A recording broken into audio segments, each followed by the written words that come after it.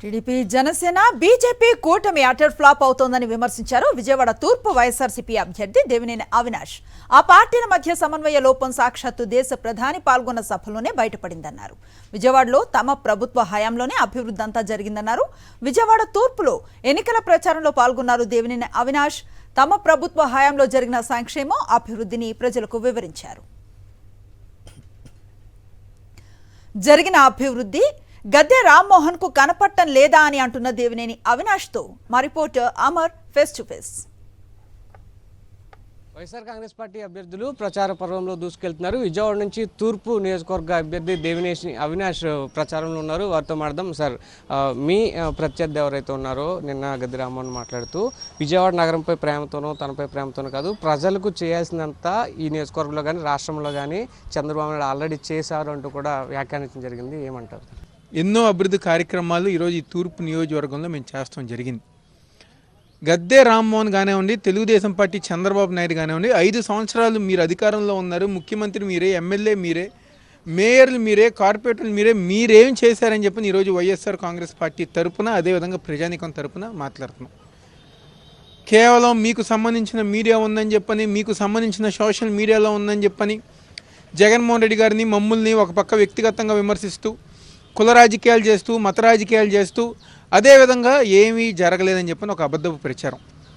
పదండి రండి, ఈ ప్రాంతంలో ఈ తూర్పు నియోజకవర్గంలో రిటైనింగ్ వాల్ ఎవరు కట్టారని చెప్పని ఈ ప్రాంతంలో చిన్నపిల్ల నరేంద్ర చెప్తారు ఈరోజు జగన్మోహన్ రెడ్డి గారు కట్టారని చెప్పని. రోడ్లు ఇదే 15వ డివిజన్లో దాదాపుగా 20 కోట్ల రూపాయలతో అభివృద్ధి కార్యక్రమాలు.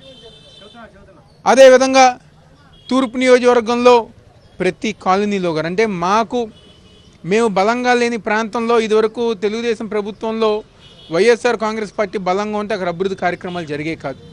కానీ ఈరోజు తెలుగుదేశం పార్టీకి ఓట్ బ్యాంక్ ఉన్న ప్రాంతంలో కూడా ఈరోజు అభివృద్ధి కార్యక్రమాలు చేసింది జగన్మోహన్ రెడ్డి గారి ప్రభుత్వం. గుణదల కొండ ప్రాంతం చివరి అంచు వరకు గర మెట్ల మార్గాలతో, అదేవిధంగా రైలింగ్తో, వాటర్ పైప్ లైన్తో డ్రైనేజ్ వ్యవస్థ బాగు చేసింది ఈరోజు జగన్మోహన్ రెడ్డి గారి ప్రభుత్వం. కృష్ణంక కరకట్ట ప్రాంతంలో రిటైనింగ్ వాల్ అవునవండి, డ్రైనేజ్ వ్యవస్థ అవునవండి, కరకట్టకి వాటర్ సప్లై అవునవండి, ఈరోజు స్టేడియం అవునవండి, ఇలాగ అనేక కార్యక్రమాలు, ఫ్లైఓవర్స్ కానివ్వండి ఈరోజు విజయవాడ నగరానికి చేసింది ఈరోజు వైఎస్ఆర్ కాంగ్రెస్ పార్టీ. ఈరోజు మీకు ఏం అవగాహన ఉందని చెప్పి ఈరోజు రామ్మోహన్ కానివ్వండి, లేకపోతే తెలుగుదేశం పార్టీ వాళ్ళు విజయవాడ నగరం గురించి మాట్లాడతారు.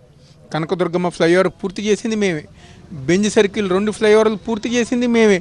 ఈరోజు రోడ్లో ఉండి దాదాపుగా 250 కోట్ల రూపాయలు విజయవాడ నగరానికి జగన్మోహన్ రెడ్డి గారు కేటాయించారు. మీ పార్టీ 175 మంది ఎమ్మెల్యేలు, ఎంపీలందరితో కూడా ఎన్నికలకు ఫుల్ ప్యాకెడ్గా సిద్ధంగా ఉంది. కానీ ప్రత్యర్థి పార్టీ ఇంకా కూడా సంకీర్ణ ప్రభుత్వం తెస్తామని ఒక పక్కన చెప్తున్నా కూడా చాలా చోట్ల అభ్యర్థులు ఫైనల్ అవ్వలేదు. ఉన్న అభ్యర్థులు కూడా కుమ్ములాట్లు, గొడవలు కూడా జరుగుతున్నాయి.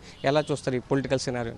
చంద్రబాబు నాయుడు, పవన్ కళ్యాణ్ గారు చేసిన గౌరవం మనందరంగా చూసాం కదా. మైక్ పనిచేయాల, షాలో ఏదంటే ఒక మొహం ఒకరు చూసుకుంటున్నారు, బొకే ఏదంటే ఒక మొహం ఒకరు చూసుకుంటున్నారు. ప్రధాని గారికి ఇచ్చే గౌరవం అదేనా? స్పందన చూసి అర్థమైపోయింది నరేంద్ర మోడీ గారికి. ఆ జనాభా చూసి మీటింగు ఫ్లాపు, ఈ కూటమి ఫ్లాప్ అని చెప్పని అర్థమైపోయింది నరేంద్ర మోడీ గారికి. అందుకనే ప్రజానికం ఎవరు గారు వాళ్ళ కూటమి నమ్మట్లేదు, చంద్రబాబు నేను అసలు నమ్మట్లేదు, ఇంకా వాళ్ళ మిత్రపక్షాలు కానివ్వండి ఎవరిని నమ్మే పరిస్థితిలో లేరు. ఎవరు నమ్మరు. ఖచ్చితంగా తెలుగుదేశం పార్టీని ఈ నియోజకవర్గంలో కూడా ఓడిస్తామని కూడా ఆయన ఆశాభావం వ్యక్తం చేస్తారు. వీడియో సంతోష్ తోమర్, సాక్షి, విజయవాడ.